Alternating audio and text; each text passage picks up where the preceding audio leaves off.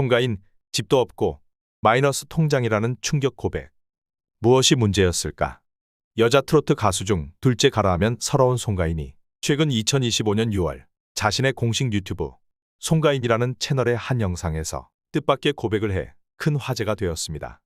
한남동의 한 카페에서 함께 촬영 작업을 하는 스태프에 왜 집 하나 안 사놓았냐는 질문에 송가인은 씁쓸한 표정으로 우울하니까 얘기하지 마세요 라고 답한 것입니다. 이 말이 진짜 사실일까요? 이미 송가인은 지난 2월 한 방송에서 마이너스 통장이라는 말을 해 많은 시청자에게 적잖은 충격을 준 바 있습니다. 한때 재산 200억 설까지 나돌던 미스트롯에서 우승을 한 톱스타가 왜 자신의 집 한 채 없이 심지어 통장 잔고마저 마이너스가 되었을까요? 지금부터 그녀의 진짜 속사정을 깊이 살펴보겠습니다. 그리고 송가인이 계속 이런 위험한 선택을 해도 괜찮은지 여러분의 의견도 듣고 싶습니다. 잠시 멈춰 듣는 이 한 편의 이야기 속에서 당신만의 통찰을 발견할 수 있길 바랍니다. 그 여정을 함께 하고 싶다면 구독과 좋아요로 마음을 전해주세요. 송가인은 전남 진도에서 태어나 자랐습니다. 어머니 송순단 씨는 진도 식김구 전수교육 조교이자 무속인으로 잘 알려져 있죠. 그런데 송가인이 자란 집안 형편은 어릴 때부터 매우 어려운 편이었습니다. TV조선 마이웨이 방송에서 어머니는 송가인의 둘째 오빠가 어린 나이에 뇌망염으로 쓰러졌지만 돈이 1,000원짜리도 없는 집이라 병원에 데려가지 못해 치료를 받지 못하고 세상을 떠났다고 털어놓았습니다. 어머니는 그 일을 가슴이 말할 수 없이 아프다며 자신이 돈이 없어 아들을 병원에 데려가지 못해 죽음에 이르게 했다는 죄책감이 남아있다고 고백했습니다. 이처럼 송가인은 경제적으로 매우 어려운 환경에서 성장했습니다. 그러나 그녀는 굳건하게 꿈을 향해 나아갔고 2019년 TV조선 미스트롯 우승 이후 트로트계의 대표 스타로 발돋움했습니다. 유명세를 얻은 후에도 그녀는 자신의 처지를 숨기지 않고 솔직하게 밝혀왔습니다. 재능과 끈기로 눈부신 성공을 일군 송가인이었지만 어린 시절 겪은 가난과 가족의 아픈 경험은 그녀의 삶에 큰 영향을 미쳤습니다. 송가인이 최근 집도 없고 마이너스 통장이라는 충격적인 고백을 했는데요. 도대체 그녀에게 무슨 일이 있었던 것일까요? 미스트롯 우승 이후 그녀의 재산이 200억 원에 달한다는 소문이 있었는데요. 그녀는 자신의 재산에 대해 솔직하게 털어놓았습니다. 2022년 6월 송가인은 한 유튜브 채널 방송에서 내가 100억, 200억 번 줄 안다. 말도 안 되는 소문이라며 실제 수입은 40억 원 정도라고 해명한 바 있습니다. 이처럼 자신을 둘러싼 부에 대한 과장된 추측을 차단하기 위해 솔직하게 말한 것일 수 있습니다. 그런데 최근 2025년 2월 부르의 명곡 방송에서 믿기 어려운 발언을 했죠. 당시 트로트 가수 나태주는 송가인이 얼마나 벌까, 돈 관리는 누가 할까 항상 궁금하다고 물었습니다. 이에 송가인은 재정 관리는 내가 하고 있다.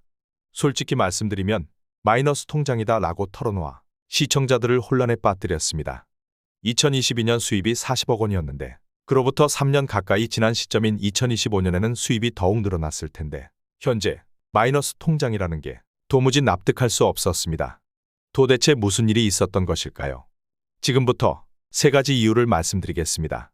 송가인은 스타가 된 이후에도 가족을 향한 효심과 선행으로 주목받아 왔습니다. 그녀는 방송에서 어머니를 위해 효도 선물을 했던 일화를 공개했습니다. 2023년 어버이날 1억 원 상당의 외제차를 어머니에게 선물했다고 하죠. 엄마가 그 땅을 팔아 나한테 돈을 준 적이 있다고 하더라. 그때 마음이 안 좋았다. 엄마가 정말 짓고 싶던 그 땅을 손해보고 파셨다. 무명일 당시 내가 거처할 집을 마련해야 해서였다. 라고 털어놓았습니다. 송가인은 어머니의 희생에 미안함을 느껴 지금은 배 이상으로 해드리고 있다고 말했습니다. 최근에는 무형문화재 활동에 관한 음반을 발매하고 싶어하던 어머니의 바람을 이뤄준 것으로도 전해졌습니다. 이렇게 부모님을 위해 돈을 아끼지 않고 썼습니다. 부모님뿐만이 아니었죠. 송가인은 친오빠 조성재 씨와도 각별한 사이로 알려져 있습니다. 그녀는 학창시절부터 오빠를 위해 직접 도시락을 싸서 배달하며 챙겼고 스타가 된 뒤에는 오빠에게 용돈도 챙겨주었다고 합니다.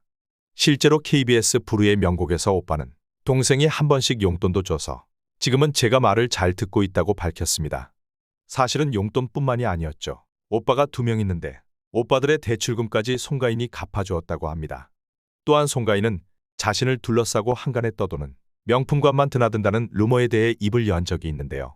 백화점을 날이면 날마다 갔더니 돈 벌더니 명품관만 드나든다는 소문이 돌더라며 오해랑 소문이 돌아도 진실이 아니니까 크게 신경 쓰지 않는다고 말했습니다.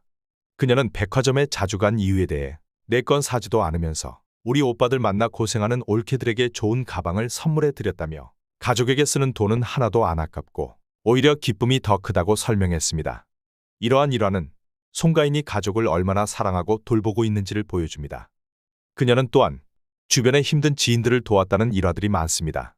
주변 사람 챙기기를 좋아해 회식도 잘 쏜다는 송가인은 3개월에 식비 4천만 원을 지출한 적도 있다고 합니다. 매니저에게 차를 2대나 선물하거나 매니저 집에 필요한 매트리스나 건조기 등을 선물하기도 하며 이렇듯 가족뿐만이 아니라 주변 사람들까지 세심하게 챙겼습니다. 그리고 사회를 향한 선행도 잊지 않았습니다. 2020년 이별의 버스 정류장이라는 노래의 음원 수익금과 가창료 1,000만 원을 희망브리지 전국재해구호협회에 기부했으며 코로나19 방역과 피해 복구를 위해 기부금을 전달하고 의료진에게 응원 물품을 보냈습니다. 2020년 발표한 리메이크곡 화류춘몽의 음원 수익금을 전액 기부했으며 꾸준한 봉사와 기부를 펼친 그녀는 기부 천사라는 평을 받기에 이를 정도였고, 이처럼 그녀의 따뜻한 나눔과 봉사는 팬들과 언론에 여러 차례 보도되었습니다. 가족, 주변 사람들, 그리고 사회에까지 아낌없이 베풀면서 송가인은 돈을 많이 벌었지만 남는 게 없었습니다.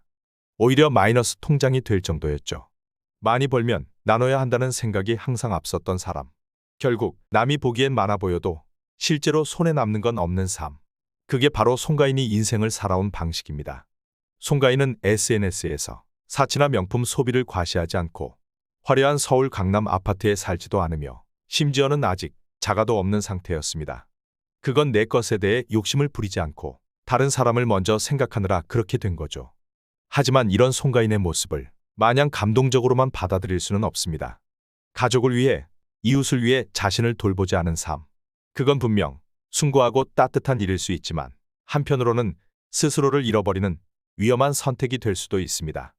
딸이 거처할 곳을 마련해주기 위해 자신에게 가장 소중한 굿땅을 팔았던 어머니의 희생. 특히 가난했던 어린 시절 병원조차 가지 못했던 오빠의 죽음. 이런 아픈 기억들은 송가인에게 절대 누군가를 외면하지 말자는 마음을 심어줬을 겁니다. 하지만 지금 그녀는 집도 없고 마이너스 통장뿐이라는 말을 씁쓸하게 웃으며 하고 있습니다. 여기서 우리는 생각해봐야 합니다. 정말 이게 맞는 걸까? 모든 걸 다 내주고 끝에 남은 건 무엇일까? 물론 남을 도우며 살아가는 삶은 아름답습니다. 하지만 자신을 돌보지 않으면 결국 아무도 도울 수 없게 되는 순간이 옵니다.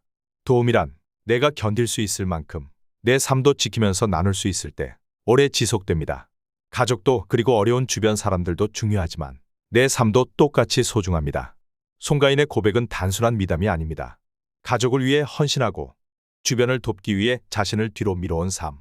그 끝에 남은 건 집 없이 살아가는 현실, 그리고 마이너스 통장이라는 솔직한 고백이었습니다. 그녀의 진심은 분명 아름다웠지만 우리는 여기서 한 가지 중요한 사실을 마주하게 됩니다. 아무리 사랑하는 가족이라도 모든 걸 내어주는 방식은 오래가지 못합니다. 도움이 지속되기 위해서는 나도 무너지지 않는 상태에서 나눌 수 있어야 하기 때문입니다. 가족을 사랑하면서도 책임과 죄책감으로부터 건강하게 벗어나는 법. 누군가를 돕고 함께 살아가면서도 나를 잃지 않는 지혜. 그것이 결국 서로가 오래도록 행복해질 수 있는 길입니다. 이 이야기를 통해 우리가 사랑하는 가족이나 주변 사람들에게 짊어져왔던 어떤 종류의 책임과 부채감에서 건강하게 벗어나 서로가 더 오래, 더 편안히 함께할 수 있는 균형을 어떻게 만들어갈 수 있을지 함께 생각해보는 시간이 되었기를 바랍니다. 그리고 무엇보다 사랑하는 이들과 함께하기 위해서라도 나를 지키는 일이 가장 먼저라는 사실을 잊지 않기를 바랍니다. 누군가를 오래 도우려면 먼저 나 자신부터 지켜야 합니다. 송가인 씨의 삶의 방식에 대해 여러분은 어떻게 생각하시는지요? 오늘 이야기가 마음에 와닿았다면 영상에 좋아요를 눌러주시고 오늘 이야기처럼 삶의 희로애락을 함께 나눌 이야기를 놓치지 않으려면 구독도 부탁드립니다. 그리고 여러분의 생각은 어떤지 댓글로 자유롭게 남겨주세요. 끝까지 함께 해주셔서 감사드리며 다음 이야기에서 또 찾아뵙겠습니다.